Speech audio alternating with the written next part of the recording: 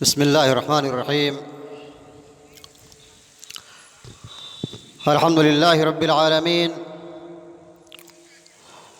والصلاة والسلام على افضل الدعاة والمبلغین ومن دعا بدعوته الى یوم الدین اما بعد فاعوذ باللہ من الشیطان الرجیم بسم اللہ الرحمن الرحیم انما المؤمنون الذين اذا ذكر الله وجلت قلوبهم واذا تليت عليهم آياته زادتهم ایمانا وعلى ربهم يتوكلون۔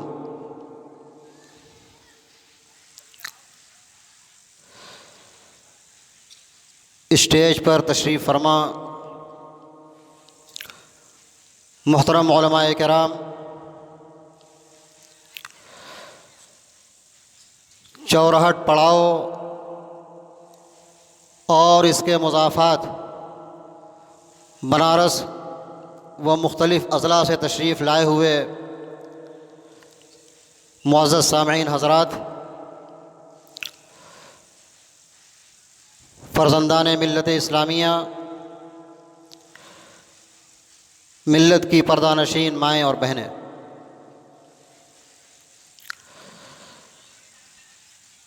میں یہاں کسی خطاب کے لیے حاضر نہیں ہوا ہوں۔ اگر کسی موقع سے مقررین کی فہرست میں آپ کے سامنے آیا تو تقریری انداز میں کچھ باتیں آپ کے سامنے عرض کی جائیں گی۔ آج اس عظیم الشان اجلاس عام کی صدارتی ذمہ داری جو ہمیں سونپی گئی ہے، اس سلسلے میں چند باتیں آپ کے سامنے اور چند منٹ میں عرض کرنے کی کوشش کروں گا۔ سب سے پہلے اللہ رب العالمین کا شکریہ ادا کرتا ہوں کہ اس نے نئی بستی چورہٹ کی سرزمین میں اس عظیم الشان اجلاس عام کے انعقاد کی توفیق بخشی۔ میں مبارکباد پیش کرنا چاہوں گا مسجد الریان کے مصلیان، ذمہ داران، نمازیوں کو کہ انہوں نے ہمت اور حوصلہ کیا، اللہ رب العالمین کی توفیق ہوئی اور آج کی یہ رات آپ لوگوں کی حاضری سے، علماء کرام کی تشریف آوری سے مبارک رات بن گئی۔ یقیناً میں سمجھتا ہوں کہ مسجد الریان کی برکتوں میں سے یہ عظیم الشان اجلاس بھی ایک برکت ہے۔ مسجد الریان کی جب تعمیر چند سال پہلے شروع کی گئی تھی تو میرا اکثر و بیشتر آنا جانا ہوا کرتا تھا، لیکن مسجد کی تکمیل کے بعد بارہا اصرار کے باوجود بھی میں آج شاید 2.5 سال کے بعد چورہٹ میں آیا ہوں۔ میں علماء کرام تشریف فرما ہے اسٹیج پر، میں ان کے بھی گوشہ گزار کرنا چاہوں گا۔ یہ آج کی رات جو سجائی گئی ہے اجلاس عام کے لیے، یا اس طرح سے ابھی ہمارے عزیز گرامی مفتی صاحب تقریر فرما رہے تھے اخلاص کے تعلق سے، اسی بات کو میں آپ کے سامنے رکھنا چاہوں گا کہ کوئی بھی دینی کام کیا جائے، آپ نے جو اجلاس عام منعقد کیا ہے اس کا تعلق 3 جہات سے ہوتا ہے، 3 قسم کے لوگوں سے ہے۔ ایک تو یہ جو لوگ اس طرح کے اجلاس کو، دینی اجتماع کو، کانفرنس کو منعقد کرتے ہیں، ان کی نیت کیا ہے، اس کو، اس کانفرنس کو یا اس اجلاس کو، اس دینی اجتماع کو آپ کیوں منعقد کر رہے ہیں، اس کا سوال آپ کو اپنے دل سے پوچھنا پڑے گا، وہاں اخلاص کی بات آتی ہے۔ مثال کے طور پر اگر آپ نے اس لیے منعقد کیا ہے کہ چوراہٹ کی سرزمین میں مولانا جرجیت صاحب تشریف لا جائیں تو ان کی تشریف آ جائے، وہ آ جائیں، اگر آپ کے اجلاس کا بنیادی مقصد اگر یہ ہے تو آپ کی اپنی نیتوں کو پھر سے ٹٹولنا پڑے گا۔ اجلاس منعقد کرنے والے اور یہ سامعین حضرات جو قریب اور دور سے تشریف لائے ہیں، علماء کرام، تیسری جہت علماء کرام کی اور مقررین کی ہے، ان تینوں جہتوں کو، تین قسم کے لوگوں کو، انتظامیہ، مقررین، سامعین حضرات، ان تینوں کو اپنی نیتوں کو ٹٹولنا پڑے گا، اس کا بار بار جائزہ لینا پڑے گا، اس میں اخلاص کی دولت کو تلاش کرنا پڑے گا۔ اور میں یہاں تک سمجھتا ہوں، جہاں تک میرا اپنا تجربہ ہے، کہ ہمارے ہند و پاک کے اندر، میں اس میں ہندوستان کو اور پاکستان کو اور بنگلہ دیش وغیرہ کو سب کو شامل کرتا ہوں، ہمارے یہاں جو اس طرح کے جلسے ہوتے ہیں، جو جلوس ہو یا اجتماع ہوتے ہیں، اس میں اصل مقصد جو ہوتا ہے اس اجتماع کا وہ بہت دور رہتا ہے، اس پر ہماری نظر نہیں جاتی، اور اس کی وجہ یہ ہے نیت کے اندر اخلاص کا فقدان، نیت کے اندر اخلاص کا فقدان۔ ابھی مولانا بڑی اچھی تقریر کر رہے تھے، اور مختلف سماج اور معاشرے کے اندر جو برائیاں پنپ رہی ہیں، جو رائج ہیں، اگر اس اجتماع سے نکلنے کے بعد اچھے اچھے عناوین منتخب کیے گئے ہیں، اس اجتماع سے نکلنے کے بعد اگر وہ برائیاں ہمارے اندر باقی رہ گئیں تو یہ اجتماع، یہ اجلاس آپ کے خلاف حجت بن جائے گا، اس لیے کہ آپ کے سامنے علماء کرام نے کھول کھول کر بیان کر دیا بے نمازی کی کیا حیثیت ہے، شراب پینے والی کی کیا حیثیت ہے، سود کھانے والے کی کیا حیثیت، اور اس طرح سے مختلف جرائم جو معاشرے اور سماج میں پنپ رہے ہیں۔ لیکن اگر آپ کی اصلاح نہیں ہوئی تو یہ اجتماع آپ کے خلاف بروز قیامت حجت بنے گا، آج کی یہ حاضری آپ کے خلاف حجت بنے گی۔ اس سلسلے میں علماء کرام کو بھی توجہ کرنا چاہیے کہ آخر کیا وجہ ہے کہ ہم لوگوں کے اجتماعات کے جو فائدے ہونے چاہیے وہ نہیں ہوتے ہیں۔ میں آپ کے سامنے ایک مثال رکھوں،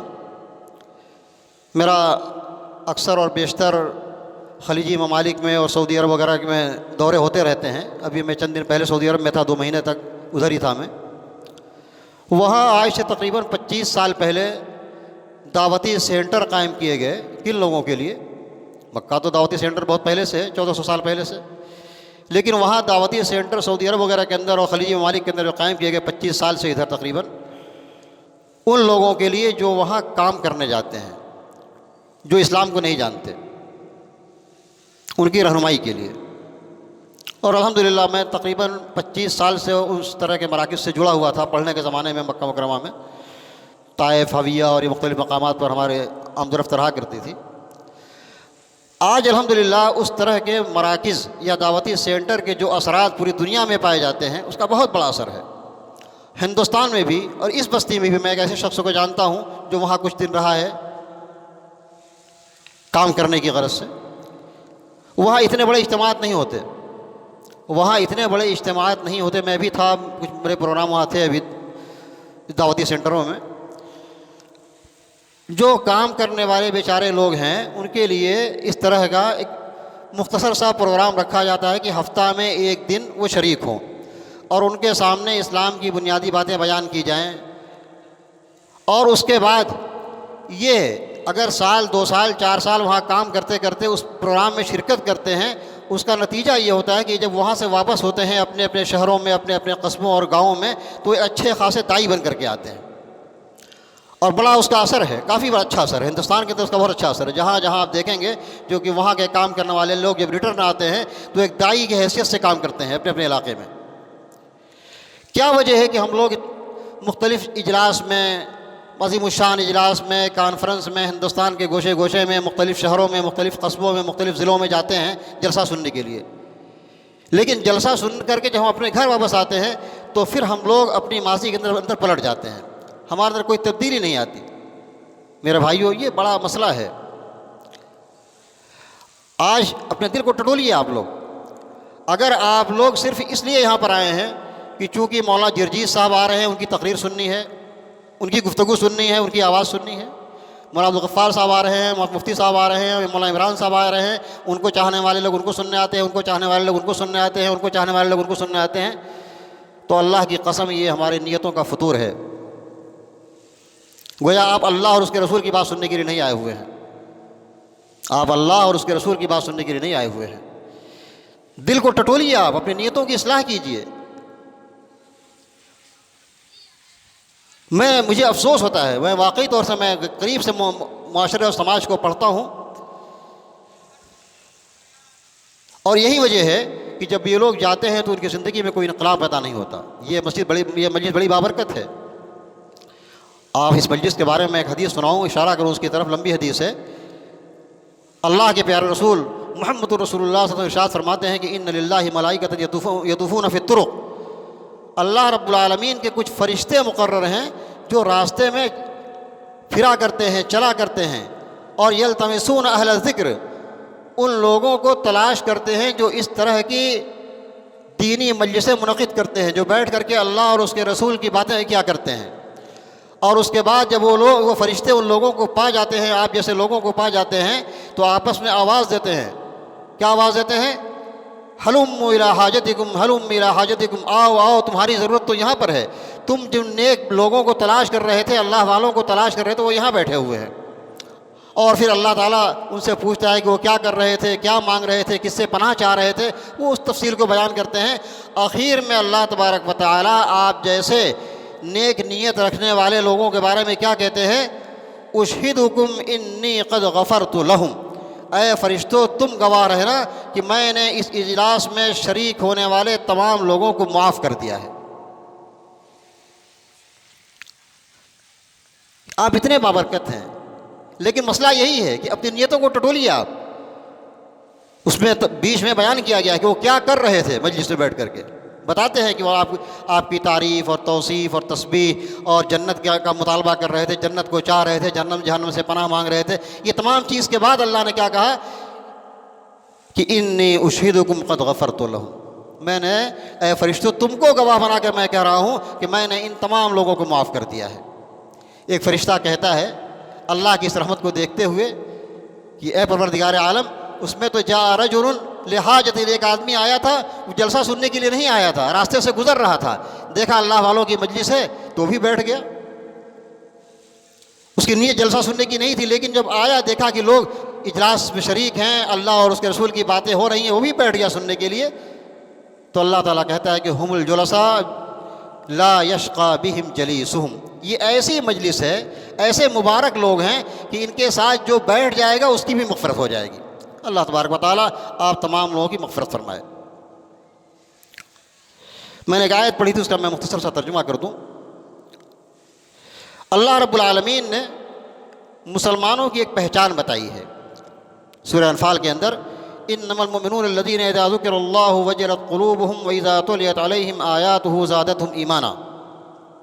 در حقیقت مسلمان وہ لوگ ہیں، مومن وہ لوگ ہیں، ایمان والے وہ لوگ ہیں کہ جب ان کے سامنے اللہ رب العالمین کا تذکرہ ہوتا ہے، ذکر الہی ہوتی ہے، وجلت قلوبہم، تو ان کے دل مارے خوف کے لرزہ برندام ہو جاتے ہیں، کانپ جاتے ہیں۔ وَإِذَا تُلِيَتْ عَلَيْهِمْ آيَاتُهُ زَادَتْهُمْ ایمانا، اور جب ان کے سامنے اللہ رب العالمین کی آیتوں کی تلاوت کی جاتی ہے تو ان کے ایمان میں بڑی بڑھوتری اور زیادتی ہو جاتی ہے۔ میں سمجھتا ہوں کہ تقریباً 2 گھنٹہ سے اللہ اور اس کے رسول کے فرمان کو بیان کیا جا رہا ہے۔ ہمارے عزیز مولانا محمد عمران سلفی حفظہ اللہ نے، اور پھر ہمارے عزیز گرامی مفتی نور الہدیٰ صاحب نے بڑی اچھی تقریریں کی آپ کے سامنے، قرآنی آیات سے اللہ کے پیارے رسول محمد الرسول اللہ صلی اللہ علیہ وسلم کی پیاری پیاری حدیثیں آپ کے سامنے بیان کی ہیں۔ آپ اپنے دل کو ٹٹولیے، آپ کے دل کے اندر کتنی کپکپی پیدا ہوئی، آپ کے ایمان کے اندر کتنی زیادتی پیدا ہوئی، کتنی بڑھوتری ہوئی، یہ دل کو ٹٹولیے آپ۔ صحابہ کرام بھی جب ایک دوسرے کے ساتھ ملتے تھے تو بیٹھتے تھے، اجلس بنا نومن ساعہ، آؤ میرے بھائی کچھ دیر بیٹھ لیا جائے، اللہ اور اس کے رسول کی باتیں کر لی جائیں، ہمارے ایمان میں کچھ بڑھوتری ہو جائے۔ اجلس بنا نومن ساعہ، یہ تجزیہ کرنے کی بات ہے، یہ ٹٹولنے کی بات ہے اپنے آپ کو۔ 2 گھنٹے کی آپ تقریر سن رہے ہیں، بار بار اللہ کا فرمان آپ کے سامنے آ رہا ہے، پیارے نبی محمد رسول اللہ صلی اللہ علیہ وسلم کی پیاری پیاری حدیثیں آپ کے سامنے آ رہی ہیں، ایمان میں کتنی بڑھوتری آپ کو ہوئی، کتنی زیادتی ہوئی، دل کے اندر اللہ کا خوف کتنا پیدا ہوا۔ اللہ نے آخر میں کہا کہ یہی لوگ دراصل مومن ہیں، اولئک ھم المؤمنون حقا، در حقیقت مومن وہ لوگ ہیں جب ان کے سامنے اللہ کا بیان ہو، قرآن مجید کی تلاوت ہو، نبی کا ذکر ہو، حدیث کا ذکر ہو، تو ان کے ایمان کے اندر بڑھوتری ہونی چاہیے۔ اگر ہمارے ایمان کے اندر کوئی انقلاب پیدا نہیں ہوا، کوئی زیادتی پیدا نہیں ہوئی، تو پھر ہمیں اپنے ایمان کے بارے میں، اپنے اسلام کے بارے میں سوچنا پڑے گا۔ آپ لوگوں کے لیے اللہ رب العالمین نے ایک بشارت سنائی ہے، آپ لوگوں کے لیے جو اس طرح کے دینی مجلسوں میں شریک ہوتے ہیں۔ کیا بشارت ہے؟ میں اس بشارت کو سنا کر کے بات ختم کروں گا۔ فبشر عباد الذین یستمعون القول فیتبعون احسنہ اولئک الذین ہداہم اللہ واولئک ھم المفلحون۔ اے نبی مکرم محمد رسول اللہ صلی اللہ علیہ وسلم، میرے بندوں کو آپ بشارت سنا دیجئے۔ کون سے بندوں کو؟ جو دینی مجلسوں میں، دینی اجلاس میں، اس طرح کے پروگرام میں شریک ہوتے ہیں۔ فبشر عباد الذین یستمعون القول فیتبعون احسنہ، جو دین کی باتوں کو سنتے ہیں، علماء کرام کی تقاریر کو سنتے ہیں، خطابات کو سنتے ہیں، اور اس کے بعد جو اچھی اچھی باتیں بیان کی جاتی ہیں اس کی پیروی کرتے ہیں، اس پر عمل کرتے ہیں۔ کتنی اچھی اچھی باتیں بیان کی گئی۔ اللہ کا شکر ہے کہ آپ کے پاس ایسے علماء کرام ہیں جو ادھر ادھر کی قصے کہانیاں نہیں بیان کرتے ہیں، جو بے سر پیر کی باتیں نہیں بیان کرتے، جو ایسی باتیں نہیں بیان کرتے کہ کسی کی دل شکنی ہو، کسی کا دل مجروح ہو۔ اور ہمارا اسلام یہی سکھاتا ہے، ہمارا اسلام محبت کا پیامبر ہے، آپس میں مل جل کر رہنے کی تعلیم دیتا ہے۔ اللہ کے نبی صلی اللہ علیہ وسلم نے جس معاشرے میں آنکھ کھولی تھی، آپ مشرکین کے ساتھ بھی تھے، غیر مسلمین کے ساتھ بھی تھے، یہودیوں کے ساتھ بھی تھے، عیسائیوں کے ساتھ بھی تھے، اور آپ نے لوگوں کے ساتھ کس طرح کا برتاؤ کیا، کس طرح سے آپ مل جل کر کے رہتے تھے، وہ ہم سب لوگ سب کے لیے بہت بڑے نمونہ ہیں میرے بھائیوں۔ تو اس طرح سے ہم لوگوں کے سامنے اتنی باتیں بیان کی گئی، علماء کرام نے جو باتیں آپ کے سامنے بیان کی ہیں بڑی مستند بیان کی ہیں، اور مجھے امید ہے اپنے آنے والے علماء کرام سے بھی، خطبہ اعظام سے بھی، کہ وہ بھی انشاءاللہ جو باتیں آپ کے سامنے بیان کریں گے وہ خالص کتاب اور سنت کی روشنی میں بیان کریں گے۔ ہماری ذمہ داری یہ بنتی ہے کہ ہم نے جب خالص کتاب اور سنت کی باتیں سن لی، خالص اسلام کو ہم نے جان لیا، تو بلا تاخیر اس پر ہم لوگ عمل پیرا ہو جائیں، اس میں دیر نہ کریں، اپنے اندر عمل کا جذبہ پیدا کریں۔ صحابہ کرام کا یہی طریقہ تھا، علماء کرام موجود ہے، صحابہ کرام کہتے ہیں کہ کنّا لم نتجاوز 10 آیات، ہم لوگ جب قرآن مجید کو پڑھتے تھے تو 5-10 آیت سے زیادہ نہیں پڑھتے تھے،